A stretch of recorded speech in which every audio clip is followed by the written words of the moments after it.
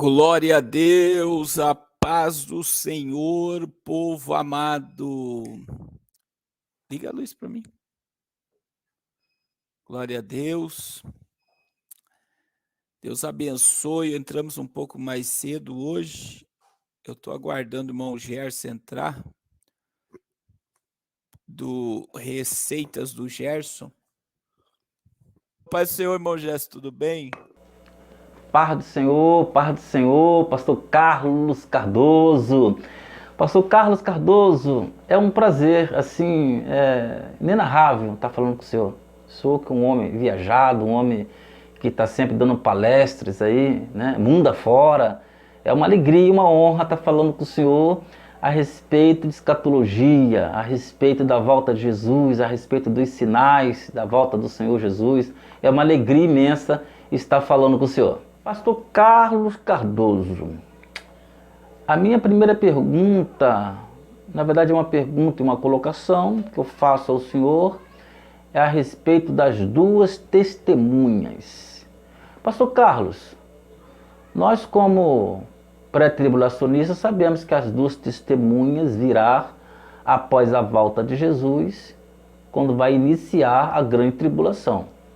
Mas o senhor que viaja o mundo todo, dando palestras, ensinando sobre escatologia, ensinando sobre o Apocalipse, o senhor deve conhecer um homem chamado David Ur. É um profeta, né, africano, na verdade ele é queniano.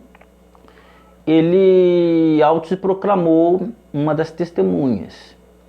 E esse homem viaja o mundo todo e ele, por onde ele passa, ele faz previsões, ele lança uma profecia, né? Entrega grandes revelações, de sempre, é sempre uma profecia catastrófica. Inclusive até aquele terremoto seguido de tsunami no Japão, parece que é ele também que profetizou aquela terrível tragédia. Então, enfim, por onde ele passa, ele fala de profecias, ele é muito usado na área da revelação e deixa muitos sinais também, faz muitos sinais.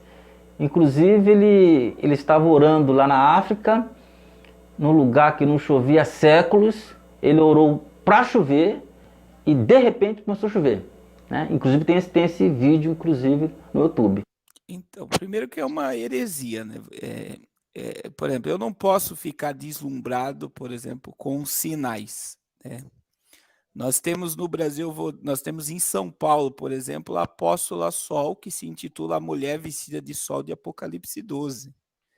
Inclusive o líder, lá o homem que também está com a apóstola em São Paulo, teve até diante do presidente, eles têm a chácara lá, o sítio Manaim, muitas curas, paralítico usando, cego enxerga, mudo fala, e é uma herege, né? Esse camarada tem um grupo, uma cúpula dele que me procura várias vezes, já me procuraram, principalmente os cabeças dele aqui em São Paulo, por nós pregarmos arrependimento e santidade. Eles falam muito para mim, me alinhar ao ministério dele no Brasil, né? Porque só que aonde barra, né? Se ele fosse um pastor e falasse abertamente o evangelho sem misturar com algo que é muito fora do que ele prega, que é as duas testemunhas, teria muito mais sustentação do ministério dele, né? Por quê? Porque as duas testemunhas, alguns até chegam a dizer que ele tem os dois espíritos, né? Que é tanto de Moisés como que de Elias, que ele faz o céu fechar, faz chuva descer, faz pragas vir, como as previsões catastróficas. Então, como que se ele em uma só pessoa tivesse a ousadia das duas testemunhas. Nós temos também os dois brasileiros que estão lá em Jerusalém também, que são os youtubers, começaram muito bem pregando arrependimento em São Paulo, agora do nada estão se intitulando as duas testemunhas e até profetizaram que não vai chover em Jerusalém. Então são pessoas que têm o dom, é isso que as pessoas têm que separar, dom. Então, o dom é algo irrevogável, o dom é algo que a partir do momento que Deus dá o dom ao homem, Deus não tira o dom. Só que dom não salva, e também, com muito cuidado aqui, para não tocar em unção de ninguém, existe o espírito do engano, a operação do erro, que está lá em 2 Tessalonicenses. Depois eu vou mostrar biblicamente quem serão as duas testemunhas, mas veja que 2 Tessalonicenses capítulo 2,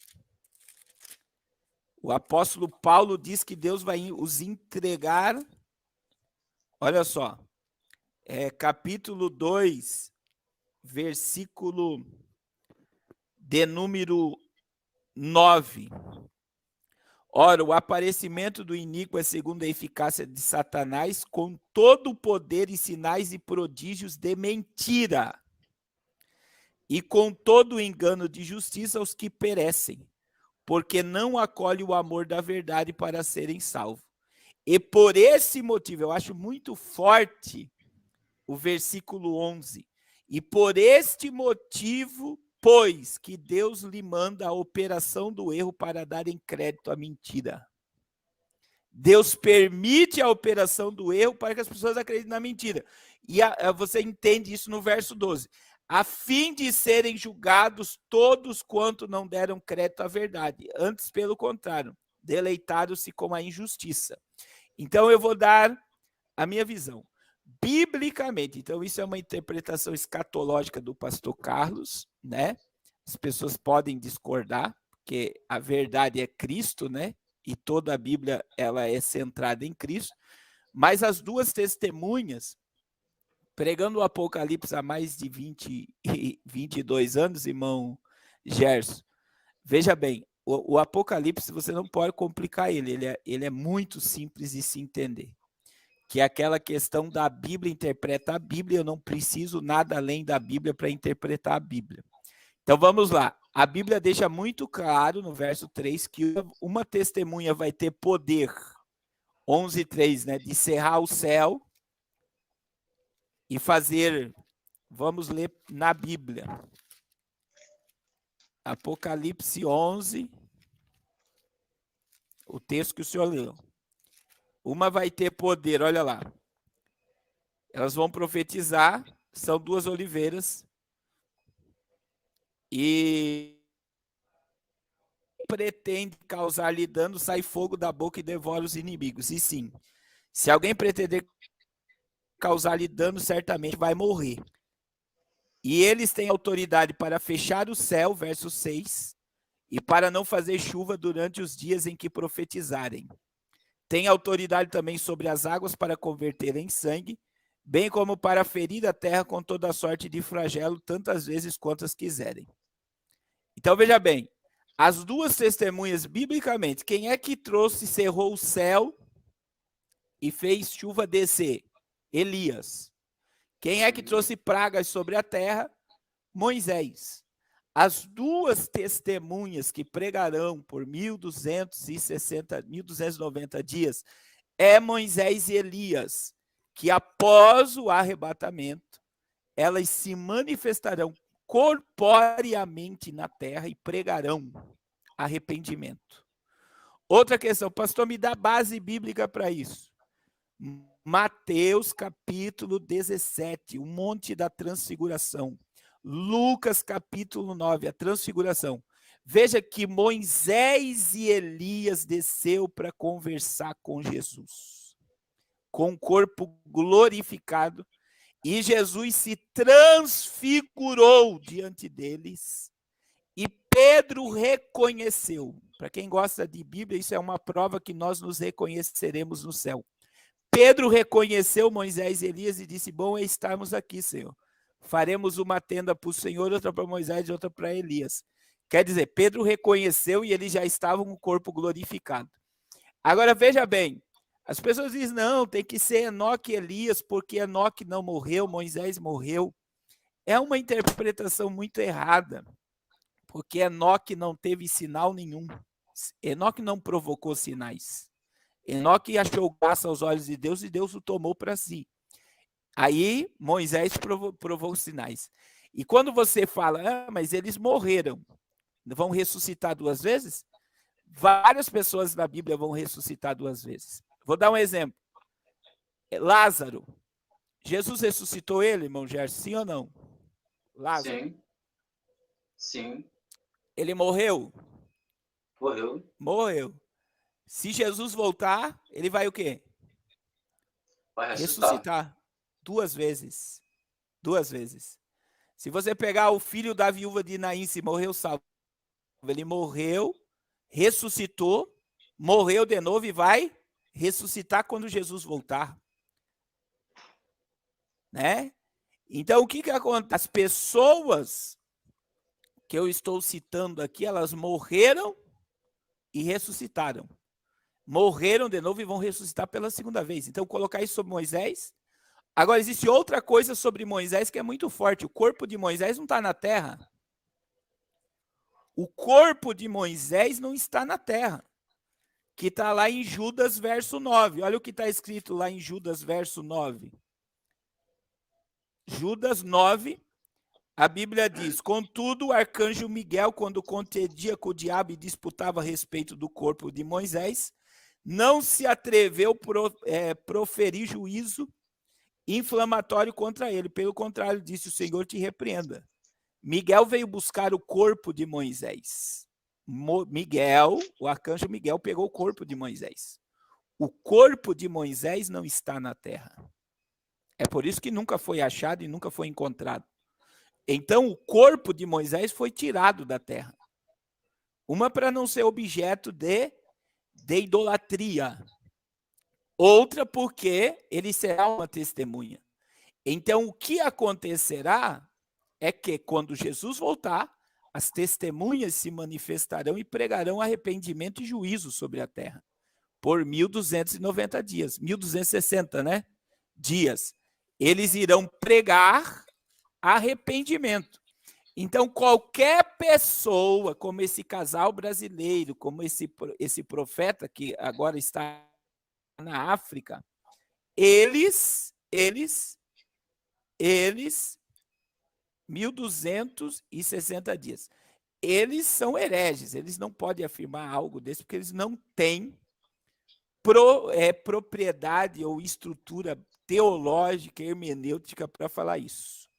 Então, são 2 hereges, isso é a minha visão bíblica dessa questão, que, infelizmente, né, tem muita gente que, por essa vibe de santidade, de querer saber, acaba entrando por esse caminho. E muitas das vezes pode ser um espírito de enganador, pode ser uma operação do erro para que as pessoas acreditem na mentira. E para resumir aqui, irmão Gerson, para a gente pular para outro assunto, eu digo a todos, né? A Bíblia diz que se vier um anjo pregando outro evangelho, a Bíblia diz amaldiçoa. E aí eu vou dizer algo que mais a igreja brasileira está precisando em nossos dias: discernimento espiritual. Discernimento espiritual. E eu vou repetir aqui, né? Não quero tocar na unção de ninguém, mas a Bíblia me dá o direito de julgar, né? Julgar o profeta. Então, muitas das vezes, por se intitularem determinadas pessoas, a profecia até deles perde a força. Então, eu volto a repetir, se fosse esse pastor, como o casal de São Paulo, continuasse pregando santidade, arrependimento, que é um dever de todos, e não aderisse um título que Deus não permitiu, e volto a repetir o exemplo que eu dei, a apóstola Sol de São Paulo, que se intitula A Mulher Vestida de Sol de Apocalipse 12, com certeza, muitas mais almas seriam salvas e muitas mais vidas chegariam aos pés da cruz de Cristo. Mas quando eles se intitulam determinadas pessoas que o céu não permite que eles se intitulem, a mensagem ela perde credibilidade. Então, nós não podemos nos mover por sinais. Não podemos nos mover por sinais. O que deve nos mover é a nossa base, é a palavra de Deus. A minha pergunta, pastor Carlos Cardoso, com relação a essa batalha, essa guerra de Gog e Magog, se tem tudo a ver com a Terceira Guerra Mundial. Ou melhor, essa batalha resume a Terceira Guerra Mundial ou são batalhas distintas? Essa é a minha pergunta, meu pastor. Então, quando a gente fala de Gog e Magog, a gente tem que entender que esse alinhamento aí, que é o cabeça hoje, seria a própria Rússia, né?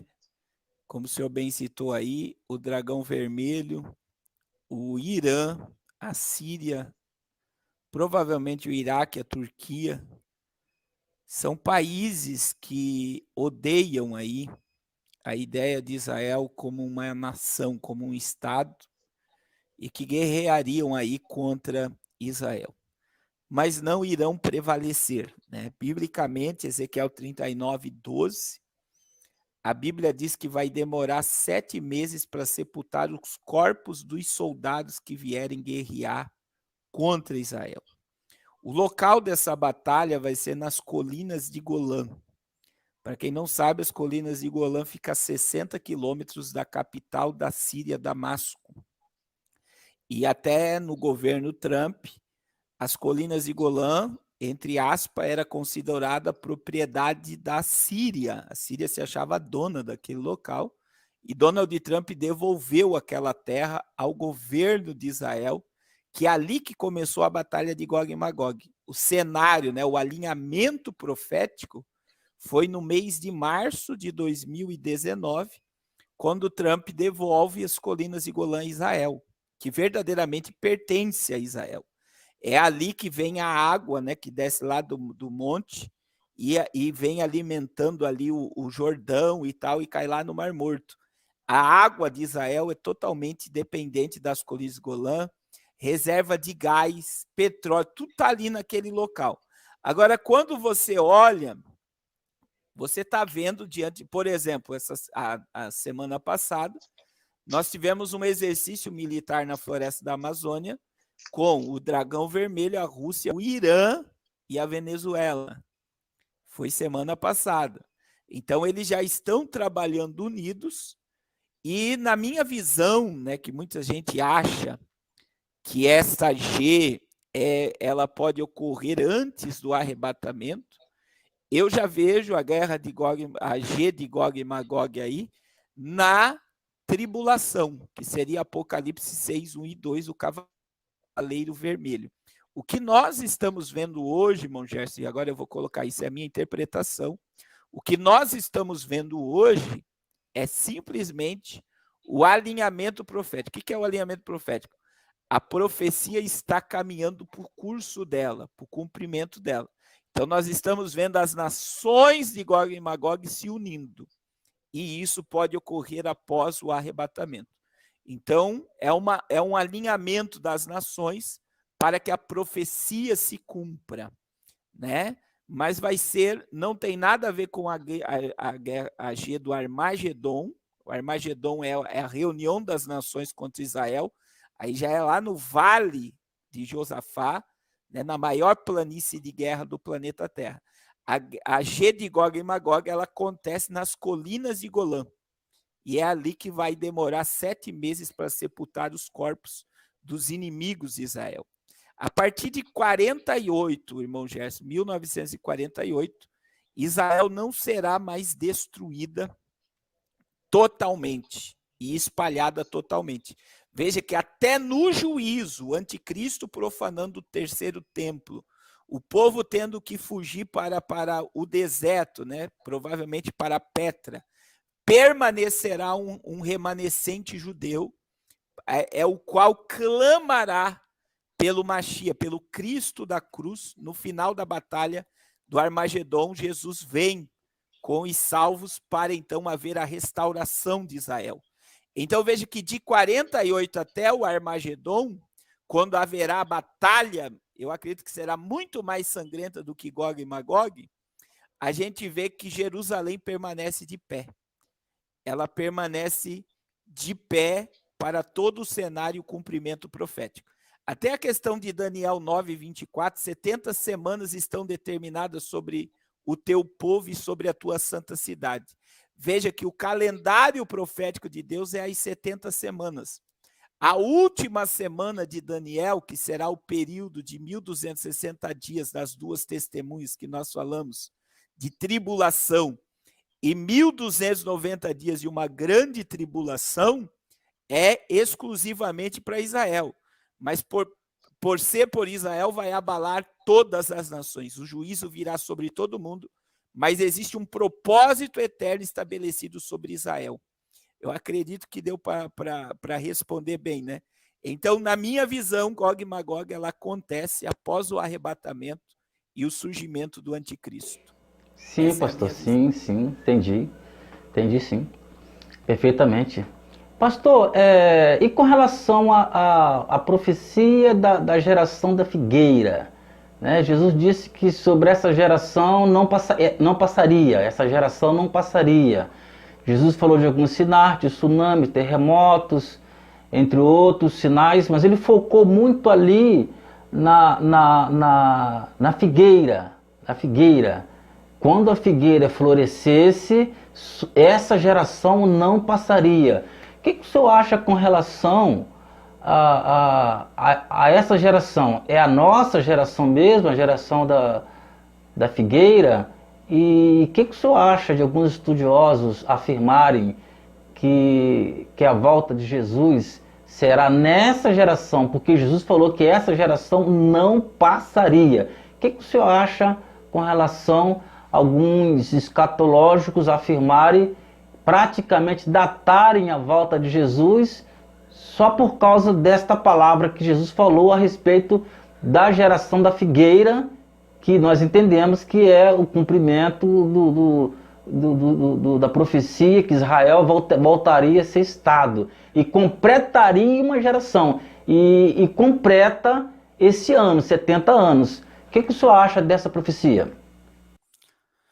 Então, a profecia eu vou pegar de Lucas, tem Mateus 24, 32, mas Lucas, ele é 21, Lucas capítulo 21, verso 29, 30, 31 e 32. Jesus, ele vai falar, olhar para a figueira, Israel, e para todas as árvores. Quando seus ramos já começarem a florescer, vocês vão saber por vós mesmos que já está perto o verão. Aí no verso 32, Jesus diz, e não passará essa geração sem que tudo isso aconteça. Então, qual é a geração que Jesus está falando, irmão Gerson? Veja, é a geração do florescimento da figueira. Então, quando Jesus profetizou o florescimento da figueira, a figueira não estava seca. É isso que é interessante na profecia. Israel tinha templo, o segundo templo que foi erguido por Herodes, né? Concluído por Herodes, que começou a ser concluído por Ageu, e Herodes deu a polpa do templo. Tinha templo nos dias de Jesus. Segundo, nos dias de Jesus tinha sacerdote, sumo sacerdote. Nos dias de Jesus, Israel tinha sinédrio, que eram os senadores. E nos dias de Jesus, Israel tinha também terra. Israel não estava seca. Israel secou exatamente no ano 70. O que aconteceu em 70? O general Tito invadiu Jerusalém, destruiu o templo, destruiu a cidade, e todos os judeus do mundo, os judeus de Israel, foram espalhados sobre a face da terra. E do ano 70 ao dia 14 de maio de 1948, Israel não tinha terra, Israel não tinha parlamento, governo, e ainda hoje Israel não tem o sumo sacerdote, que eles aguardam agora a entrada do Mashiach, Israel não tem templo. Mas veja que o florescimento dessa figueira, que tem esta geração ligada a ela, é essa geração que nós estamos agora. Nós somos a geração do florescimento da figueira. Uma geração ela tem 70 a 80 anos. Então, Israel completou 70 anos no dia 14 de maio de 2018, 70 anos, e completará 80 anos no dia 14 de maio de 2028. Quando Jesus pode voltar? Irmãos, nós temos que aguardar a volta de Jesus como que se ele viesse agora. Então, quando eu pego a profecia de Lucas e de Mateus 24 sobre a figueira e encaixo nesse panorama profético, que é Israel seca no ano 70, Israel perde a terra, perde o sinédrio, perde o sumo sacerdote e perde o templo. Israel é espalhada pelo mundo todo, os judeus são espalhados pelo mundo todo. Em 44, 45, Hitler mata durante a Segunda Guerra Mundial, 6 milhões de judeus são exterminados. 45, a Segunda Guerra Mundial termina. E com a comoção mundial pelo Holocausto judaico, a ONU decide por um Estado israelense. E Israel ressurge no cenário mundial em um só dia. Várias profecias se cumpriram no dia 14 de maio de 1948. Uma das profecias, Isaías 66:8, o profeta disse assim: quem jamais viu tal coisa ou quem viu coisa semelhante a essa? Poderia uma nação nascer em um só dia, mas Sião estava com dores e parto e deu luz a filhos. Israel ressurgiu no cenário mundial em um dia como nação, irmão Gerson. Outra profecia que se cumpriu no ano 70, a parte de Ezequiel 37. Então, veja bem, quando é que os ossos foram espalhados sobre a face da terra? No ano 70. Que Israel, ele anda no meio do vale, e os ossos estão sequíssimos e estão espalhados pela face da terra. Quando é que o exército que Ezequiel profetizou ressuscitou? Quando Ezequiel profetiza, os ossos se ligam aos ossos, vem nervo, vem pele, e um exército coloca de pé.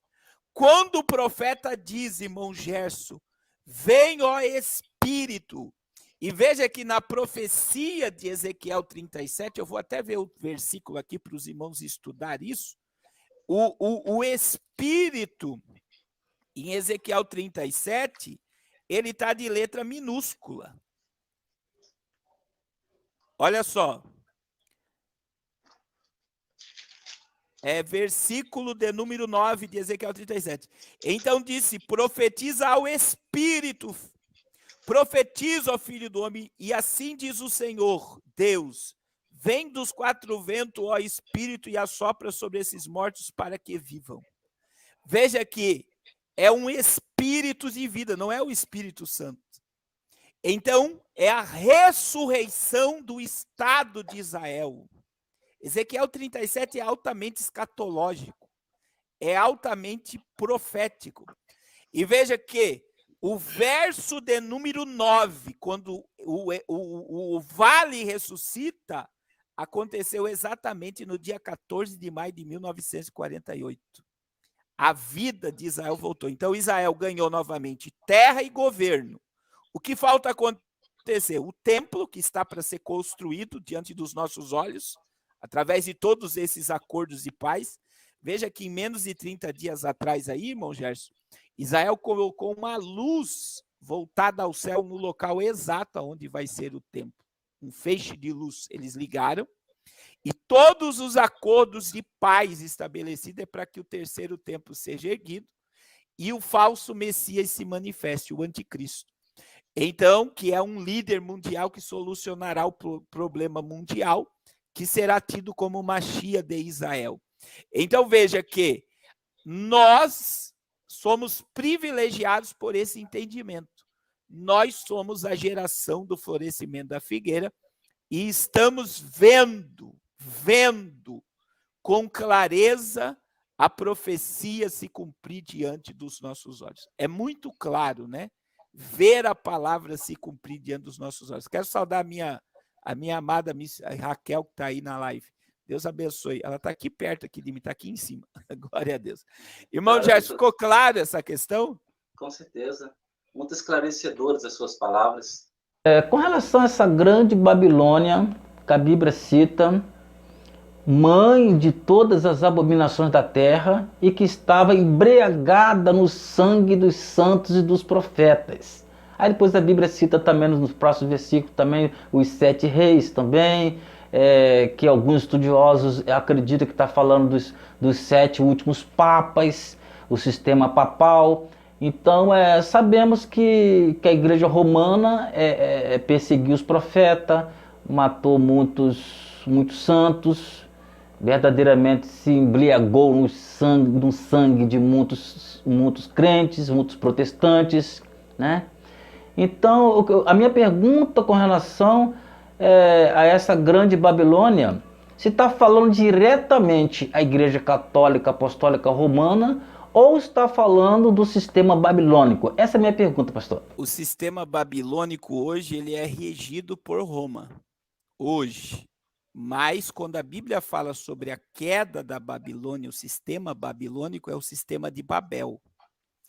Então, a origem da mística, dessa questão de adoração a mortos, busca de conhecimento por mortos, essa questão de astrologia, numerologia, cartomancia, necromancia, que são a consulta aos mortos, adoração ao sol, à lua e às estrelas, toda essa ciência, esta mística surgiu de Babel, a Torre de Babel. Então, que é a primeira Babilônia. Babel foi aonde Nabucodonosor construiu a Babilônia e é aonde nós temos o Iraque hoje, a região do Iraque, da civilização mundial, né? É o berço que é conhecido aí pela geografia como Mesopotâmia. Então, como ali é o berço, quando Deus espalhou os povos, que surgiu os idiomas em Gênesis 11, as pessoas que foram povoar a terra, eles levaram a mística babilônica, que é toda essa questão. Consulta espíritos, a necromancia, o espiritismo, a cartomancia, a numerologia, a astrologia, a idolatria, a construção de deuses, saiu de Babel. A ponto que se você vir em próprio Gênesis 11, você vai ver que Terá, pai de Abraão, tinha uma indústria de deuses em casa, né? O próprio pai de Abraão.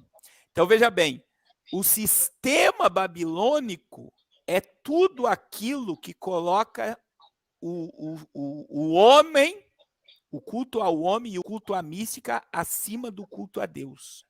Só que hoje o cabeça desse sistema é Roma, que é a mulher vestida de escarlata, montada no cavalo, cheia de pedras, sentada sobre 7 montes, porque Roma é o único país do mundo que está entre 7 montanhas. Então, isso não temos como. Isso tem uma ligação muito espiritual com Roma, que a Bíblia diz que os reis da terra se embebedavam com aquilo que ela fornecia, que ela embebedou os reis da terra. E aí você vê que a Babilônia, o sistema babilônico, é todo o sistema místico religioso, que o cabeça é Roma. E é por isso que em Apocalipse 18:4, isso aqui é para a igreja agora, isso aqui é para a igreja. O Senhor Jesus disse, sai do meio dela, povo meu. Todo sistema religioso que é místico é Babel. Todo sistema religioso que coloca o homem como centro e não Deus como centro é Babel. Todo sistema místico religioso de adivinhação, porque hoje, infelizmente, irmão, a igreja está se transformando num centro espírita. As pessoas vão para o culto para ser reveladas e não para ouvir a palavra. Isso é Babel, sistema místico. Toda essa mística religiosa, ela cai no Apocalipse. Só no Apocalipse. Só no Apocalipse. Então, a gente vê que o que vai ser julgado no Apocalipse, Roma estará como cabeça. Mas é todo o sistema religioso místico. Todos. todos os sistemas religiosos que, em vez de mostrar o céu, em vez de levar as pessoas à palavra, em vez de levar as pessoas ao conhecimento da profecia, levar as pessoas a amar o mundo, a amar a terra, a amar as coisas mais do que a Deus. Todo esse sistema religioso que, em vez de aproximar as pessoas de Deus, distancia elas do céu, vai cair durante o período do final do juízo aí. Babel vai cair. Entendeu, irmão Gerson? Sim, pastor, sim, entendi. Irmão Gerson, vou dizer, foi uma alegria estar com o senhor aqui. O senhor sabe que o senhor é uma bênção de Deus na nossa vida, no nosso ministério. E agora, na próxima, eu vou no seu canal aí, para a gente falar lá no seu canal. Pastor, vai ser uma honra muito grande, pastor. Então, queria dizer para os seus seguidores que eu estou realizando assim, um sonho, que era participar dessa live, com o pastor Carlos Cardoso, que eu considero o profeta da última hora, o profeta que está pregando as últimas mensagens dessa terra. Então, é uma alegria muito grande para mim estar conversando com o senhor, fazendo essas perguntas para o senhor, que eu sei que é a dúvida de muitas pessoas, né? Muitas pessoas. Eu creio que esclareceu muito, sabe? Eu me considero... me edificou bastante essa live. Estar falando contigo, assim, é um prazer grande. Muito obrigado pela atenção de todos aí, todos os inscritos do teu canal. E queria dizer que eu sou apenas um seguidor. O meu canal é de culinária, o meu canal é de receita. Como eu sou chefe de cozinha, o meu canal é de comida. Né? Depois da live, irmãos, eu vou colocar o link do canal do irmão Gerson aqui. Você quer aprender comida, é Receitas do Gerson. É só procurar aí.